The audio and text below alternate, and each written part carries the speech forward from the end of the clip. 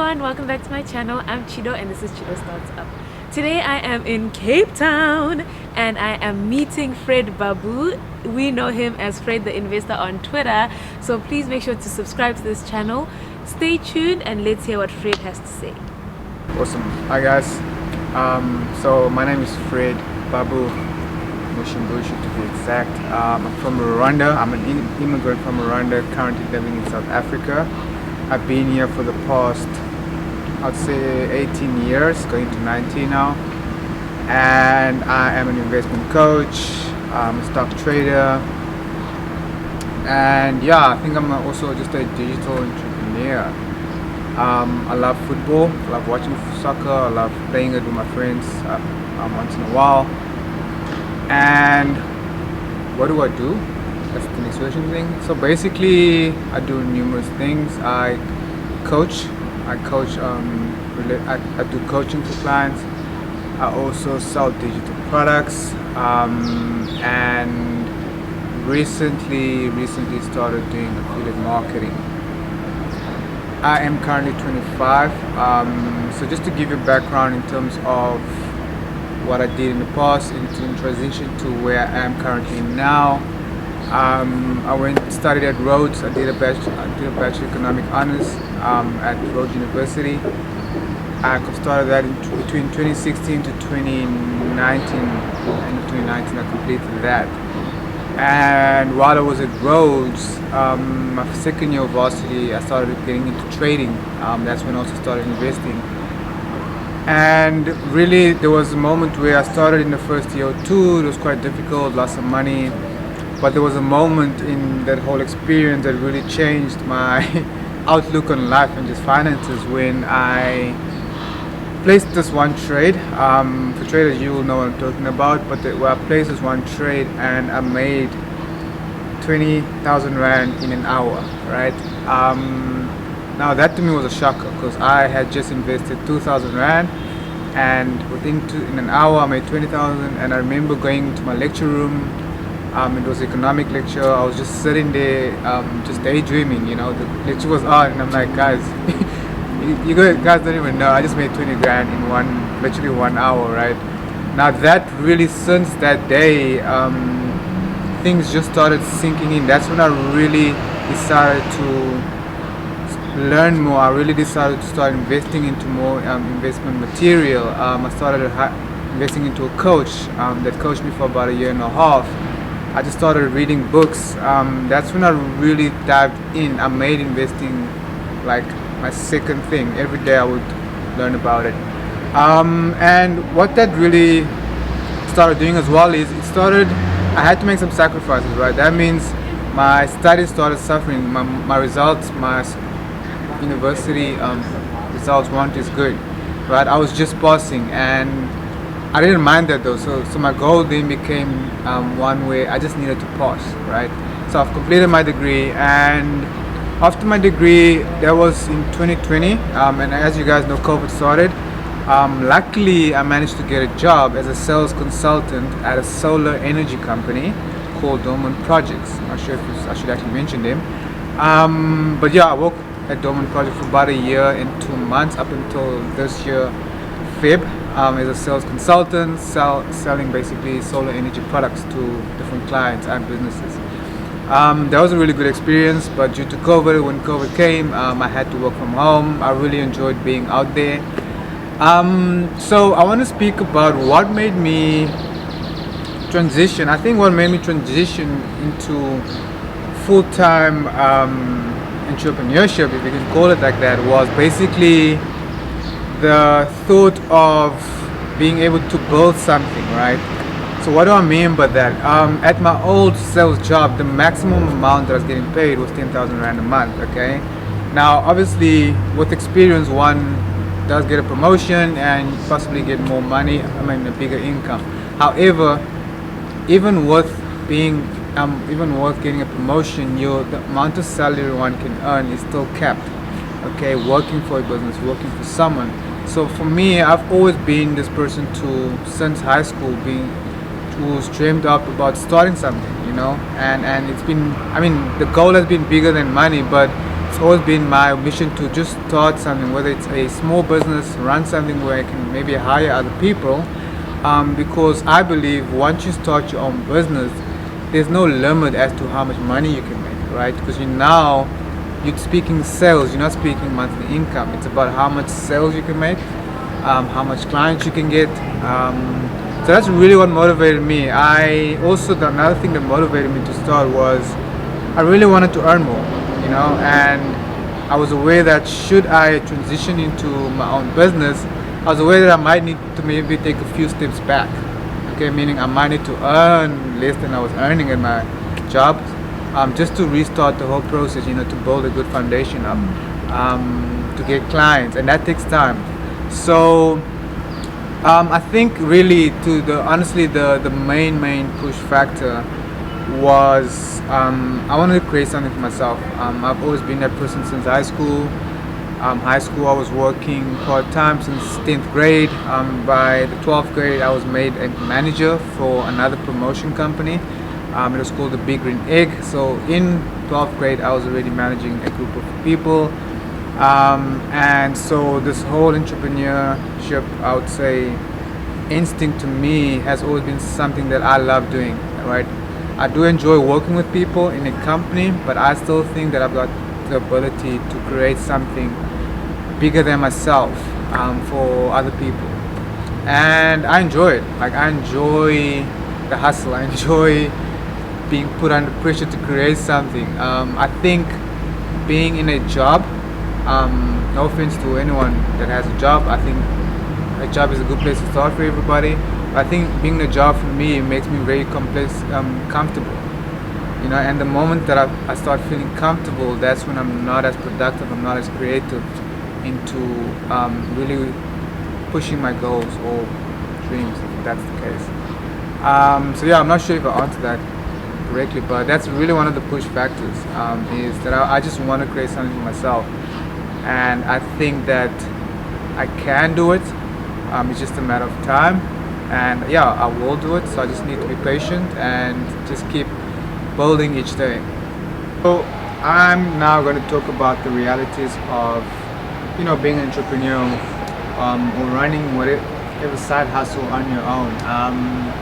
So really, I think the true reality is I'm currently I'd say 11 months into my entrepreneurship journey. I have tried a few businesses in the past, but those have been always when I was either studying or working at my 9-to-5 job. Okay. So now that I'm doing full time, I think there's a lot of realities that I've experienced, but I'm just going to name a few. And one of them is I've noticed that now, 10 months in, there's a lot of sacrifice that one needs to make. Okay. At the start of building something, now that I'm currently building, there's a lot of work that I need to put in. I'm managing my own marketing. I'm managing my own admin with clients. I am managing my own promotion, trying to get deals with businesses and other clients as well. And I'm doing that on my own. I've got no current help, and so that takes time. Okay, that requires you to work every day. I work 7 days a week, Sunday to Sunday. I don't have what is called a day off. I do take time off, maybe a few hours during the day, sleep, or spend some time with my family, my mom, or some friends. But every single day on my to-do list is something to do that's related to my business.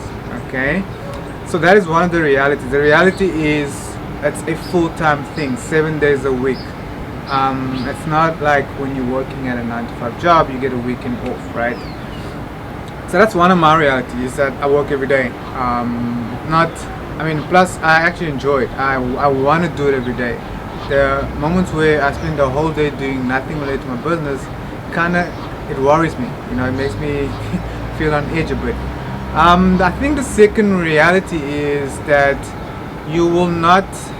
I have been able to. I don't have much time for friends or for families.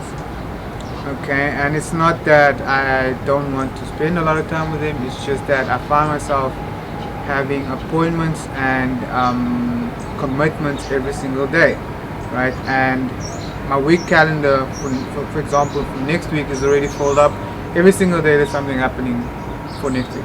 Okay, so it's things like that. Every single week I get new things booked, I get new appointments, new bookings, new things that I have to do, new projects that I'm trying to work on. So my time starts to become very constrained in terms of me now. Whenever I get invited to a function with friends, I have to be very selective, right? Because I just don't have the time to be meeting friends 3, 4, 5 times a week. That's just not possible. I'm happy to meet people once every 2 weeks or once a month, but time is limited, and that's because I've been trying to, as best as possible, invest a lot of my time into the things that I need to do, right? Because I'm aware that this is still my foundation phase. In about a year or two from now, I know that I won't be investing as much time because I will have a better foundation. I'll probably have a team of people that I'm working with. But for now, really the reality is there's not much time in terms of free time to spend with the outside world. I can put it like that. And I think one of the other realities as well is that running your own business is not easy. So I get moments where I just have a burnout, or where I'll be sitting at night on my computer. It's cold. Like 2 nights ago, actually, it was really, really cold. I was just sitting and I'm listening to the rain and I'm just trying to work. I'm working on a new ebook, right? And I'm just sitting there and I'm like, damn, I really don't feel like doing this, right? So you go through a lot of moments where self-doubt starts to kick in, where you ask yourself, is this ideal project that I'm working on, is it really going to meet my expectations? Is it going to work out the way I thought? And so that thought starts to affect you and start to affect the way that you are in that moment. So basically, one of the realities is there's going to be moments where you want to give up. Okay, I experience them every week, by the way. And so I think the key, really, what I try and do is always remind myself. I always take out my diary. One of my notebook. I call it my manifestation notebook, where I write exactly all my goals of where I want to be. Right. So I try to just look at that to remind me, be like, yo, even though you're feeling like you are right now, just know that this is the goal, right? So there will be moments where you want to give up. That's natural. But if you truly believe in what you're trying to do, like if you really truly believe that you're on the right path, even though you believe in the goal that you're trying to achieve, even though you might feel like you're not on the right path, there are many other paths that you can take to get to that goal. So that is the other reality that I face every single week, is that I always tend to feel like things won't work, or I should give up or try something different, or maybe go look for a job again. So yeah, that is really, really one of the biggest realities, is you won't always truly believe, because entrepreneurship is a lonely path, right? So like a lot of my friends that I used to, close friends actually, that I used to speak to, especially when I got back, we don't talk as much because our interests are not the same. I'm 24/7 just thinking about my business. If you're with me, I'll probably speak to you about that. I'll probably speak to you about something related to what I'm doing in my business, right? And so it tends to clash, especially with my friends. So it is a lonely path. You will, walk this path on your own. In the beginning, alone. I'm currently walking alone. I don't go out much. I don't see friend much, and I've accepted that. I'm aware of that, and even though it's a reality for me, I've come to terms with that. I'm happy to, lay low for if it be a year, 2 years. I'm happy to do that. So yeah, those are the realities. Now, just for tips for any of you guys who are looking to transition from whether it's your 9 to 5 or you are studying at university into starting your business, right? I think really the one tip that I have is write everything down, right? Create a map for it. And what I mean by map is try to jot down every single component of that idea that you have, and then try to see how things are related from A to Z in terms of where you need to start and how you're going to get there, right? Now, the map does not have to be clear. You don't have to know exactly the pathways, but they just need to connect, okay? So try to jot everything down, right? And if it's something that you see is possible, what I mean by possible, are you able to physically do it, physically and mentally? Are you able to currently financially start off with what you need to get started? Okay, once you figure that out and you've got a map down, I would recommend to you just dive in.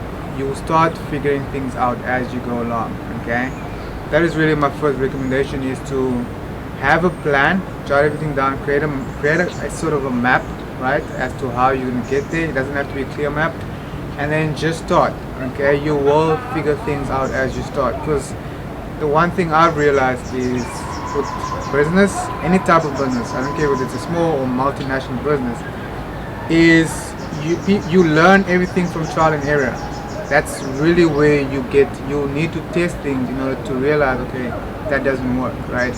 So it's trial and error. Just start. Create a plan, create a mind map, start, and learn along the way. I think the second tip is really to before you even like go into your business or your idea, is to just spend a few weeks to really research up on as much as you can, right?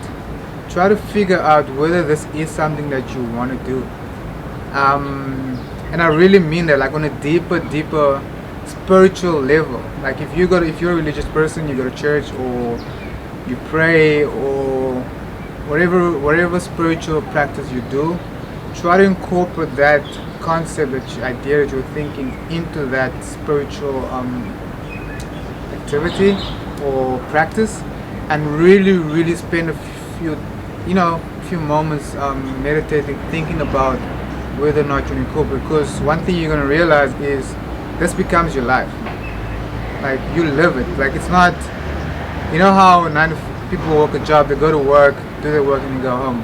This is none of that. This becomes a part of you. It's like being married to someone. You're married to your business. Like literally, you're married to your business, right? And so every day, your business, you need to give it attention. You need to work on it. You need to improve it. You need to. There's a level of commitment that you need to really come to terms with and agree and be okay with, and so that is really one of the other tips that I can say to you. And then the last tip is, this is just my opinion, this is just what I think everyone should start a business, or whether it's a side hustle.